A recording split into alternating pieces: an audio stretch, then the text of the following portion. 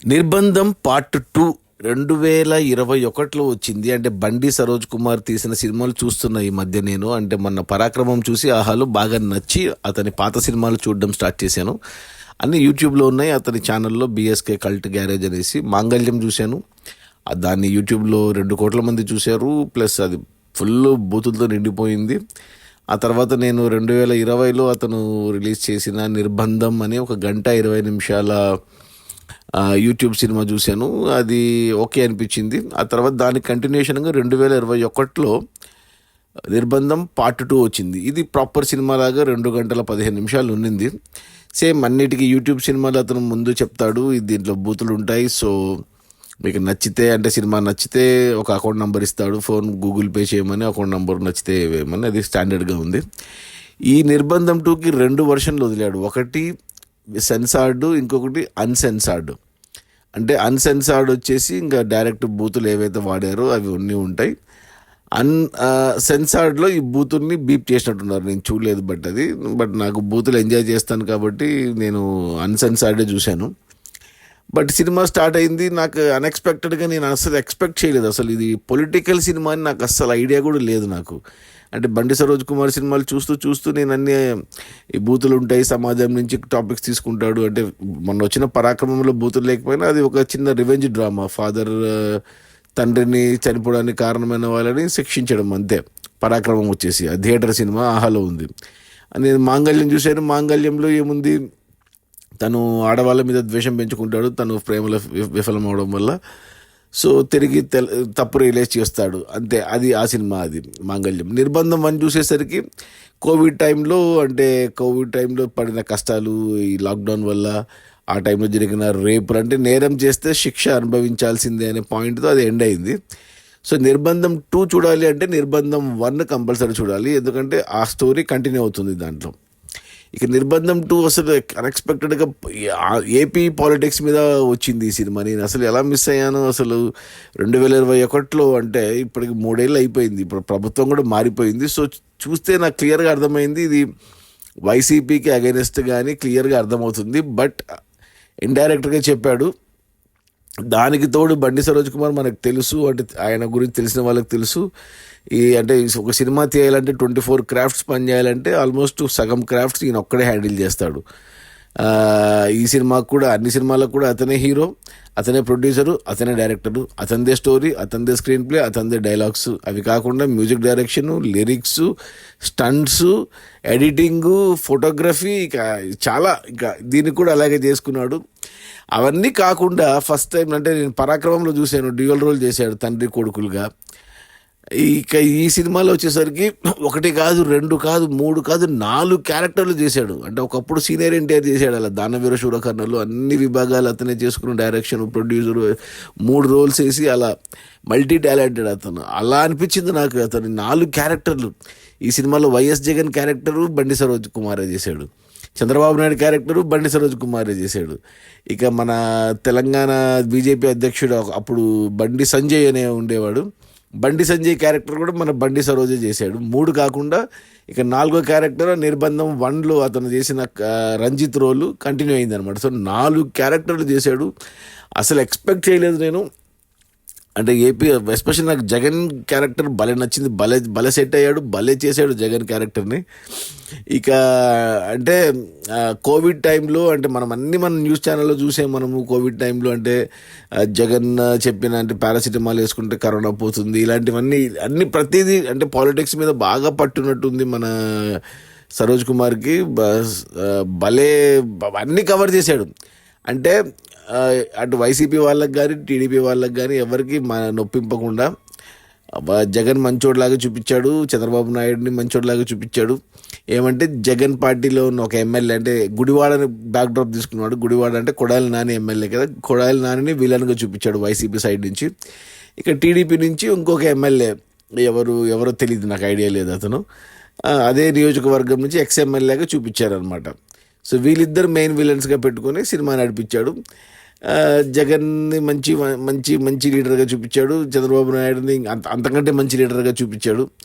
So ఒక side అయితే కనపడుతుంది నాకు, సాఫ్ట్ కార్నర్ అయితే టీడీపీ సైడ్ ఉందని, పచ్చ పార్టీ పైన కొద్దిగా సానుభూతి అయితే ఉన్నట్టుంది బండి సంజయ్కి, నాట్ బండి సంజయ్, బండి సరోజ్ కుమార్కి. వైసీపీని మాత్రం బాగానే ఏకిపారేశాడు, బాగానే బూతులు తిట్టాడు, అంటే అందరినీ కలిపి తిట్టాడు. రాజకీయ నాయకులందరికీ లకారాలు, మకారాలు, పుకారాలు, దెకారాలు అన్నీ వాడేశాడు. అసలు నిర్బంధం 1లో దేవుణ్ణి తిడితే నిర్బంధం 2లో రాజకీయ నాయకుల్ని వేసి పారేశాడు. నాకైతే ఎక్స్పెక్ట్ చేయలేదు. నేను బాగా ఫాలో అవుతాను పాలిటిక్స్ కాబట్టి నాకు బాగా నచ్చింది. అంటే నేను ఎలా మిస్ అయ్యానబ్బా అనుకుంటున్నాను నేనైతే. ఎందుకంటే రామ్ గోపాల్ వర్మ తీసిన సినిమాలు నాకు తెలుసు, అంటే అతను వైసీపీ సపోర్ట్గా తీశారు టీడీపీకి అగెనిస్ట్గా. టీడీపీ వాళ్ళు 1-2 సినిమాలు తీశారు అమరావతి పైన, తర్వాత ప్రతినిధి 2 అని ఇలా వచ్చాయి, కానీ ఇవి మాత్రం తెలుసు నాకు. ఇలా యూట్యూబ్లో ఇంత ఉందని తెలియదు నాకు, అది పచ్చి బూతులతో. అబ్బబ్బబ్బా, ఇంకా ఇవన్నీ పక్కన పెట్టేస్తే ఇంకా నిర్బంధం 1 నుంచి వచ్చిన కంటిన్యూ అయిన సినిమాతో ఈ సినిమా ఎండ్ అవుతుంది. క్లైమాక్స్ అదంతా ఇంకా అది మామూలు, ఇంకా అది రెగ్యులర్ బూతులు, రెగ్యులర్ నరకడాలు, చంపడాలు ఇలాంటివన్నీ ఉంటాయి దాంట్లో. ఇలా నాకైతే భలే నచ్చింది బండి సరోజ్ కుమార్ది. ఒక యాంగిల్ చూశాను ఇంతవరకు, సమాజం నుంచి తీసుకున్న కథలు. ఇది ఇంకో యాంగిల్, పాలిటిక్స్ సైడ్ అనేది నాకు బాగా మంచిగా అనిపించింది. అంటే సినిమా లొకేషన్స్ అన్నీ ఎక్కడ తీస్తాడో తెలియదు, అక్కడ హైదరాబాద్లో చుట్టుపక్కల అవుట్స్కట్స్లో తీసేస్తాడు, కానీ వాటికి ఒక పేర్లు వేస్తుంటాడు. ఇక్కడ గుడివాడ, ఆంధ్రప్రదేశ్, మహారాష్ట్ర, తెలంగాణ అన్నాడు పేర్లు మారుస్తుంటాడు, కానీ మొత్తం ఒకే చోట తీస్తాడు ఎక్కడో. కానీ మొత్తం లొకేషన్స్ అన్నీ అంటే కొత్తగా ఉంటాయి. ప్లస్ ఏమంటే జనసంచారం లేని చోట ఎక్కువ షూటింగ్లు జరుగుతుంటాయి. అతనికి ఎక్కువ ఇల్లు కనపడవు, జనాలు కనపడరు, ఏమి కనపడవు, బడ్జెట్ ఉండదు పాపం. ఈ సినిమా కూడా 22 రోజుల్లో తీసాడని చెప్పాడు ఒక ఇంటర్వ్యూలో చూశాను నేను. సో నాకైతే నచ్చింది. నేను వెంటనే చూశాక నాకు అంటే ఈ సినిమాకి డబ్బులు పంపించాలి కాబట్టి నేను మాంగళ్యం చూసినప్పుడు 100 రూపాయలు పంపించాను, నిర్బంధం 1 చూసినప్పుడు 100 రూపాయలు పంపించాను అతని అకౌంట్కి. ఇప్పుడు ఈ సినిమా చూసాక కూడా మరో 100 రూపాయలు పంపించాను. ఇప్పటికీ అంటే 3 ఏళ్ళ నుంచి ఈ సినిమాని 3.5 మిలియన్ మంది చూశారు, అంటే 35 లక్షల మంది చూశారు ఈ అన్సెన్సార్డ్ వర్షన్ని.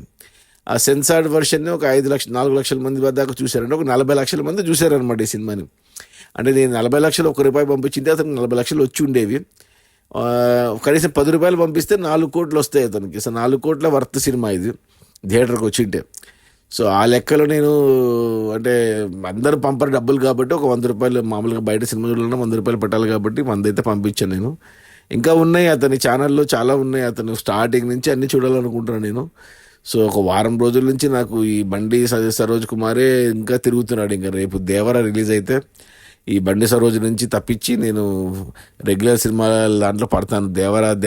అంతే, ఇంకా ఒక్కరోజు చూడాలి ఈ బండి సరోజ్ కుమార్ది. సో ఖచ్చితంగా చూడండి, ఎస్పెషల్లీ అబ్బాయిలు అండ్ ఏపీ పాలిటిక్స్ మీద ఇంట్రెస్ట్ ఉన్న వాళ్ళైతే బాగా ఎంజాయ్ చేస్తారు. ఇక టీడీపీ సపోర్టర్స్ అయితే ఇంకా బాగా ఎంజాయ్ చేస్తారు. వైసీపీ వాళ్ళు కూడా చూడొచ్చు, పర్లేదు, జగన్ని మంచిగానే చూపించాడు. ఏమంటే పార్టీలో చెడ్డవాళ్ళు ఉంటారు కాబట్టి అలా అనుకోవాలి. సో ఇది అంటే ఇంకా మన బీజేపీ పార్టీని కూడా టచ్ చేశాడు తెలంగాణలో, బట్ మన టీఆర్ఎస్ని వదిలేశాడు, మన కేసీఆర్ పార్టీని ఎందుకు వదిలేశాడు అంటే అప్పుడు కేసీఆర్ ప్రభుత్వం గవర్నమెంట్లో ఉంది కదా, అక్కడ తీస్తే హైదరాబాద్లో ఇంకా బతకలేరు కాబట్టి ఎవరైనా పాలిటిక్స్ సినిమా చేయాలంటే ఏపీ మీదనే తీస్తారు, ఎందుకంటే హైదరాబాద్లో ఉంటారు కాబట్టి వాళ్ళు సేఫ్ అనమాట. ఇదొకటి. రామ్ గోపాల్ వర్మ కానీ లేకపోతే వేరే వాళ్ళు ఎవరు తీసినా, ఇప్పుడు బండి సరోజ్ కుమార్ తీసినా అదే లాజిక్ అక్కడ. అది మొత్తానికైతే నచ్చుతున్నాయి నాకు సరోజ్ కుమార్ బాగా. అంటే ఫ్యూచర్లో అతని నుంచి వచ్చే ప్రతి సినిమా ఇంకా ఖచ్చితంగా చూడాల్సిందే, ఫస్ట్ డే ఫస్ట్ షో లాగా థియేటర్స్లో.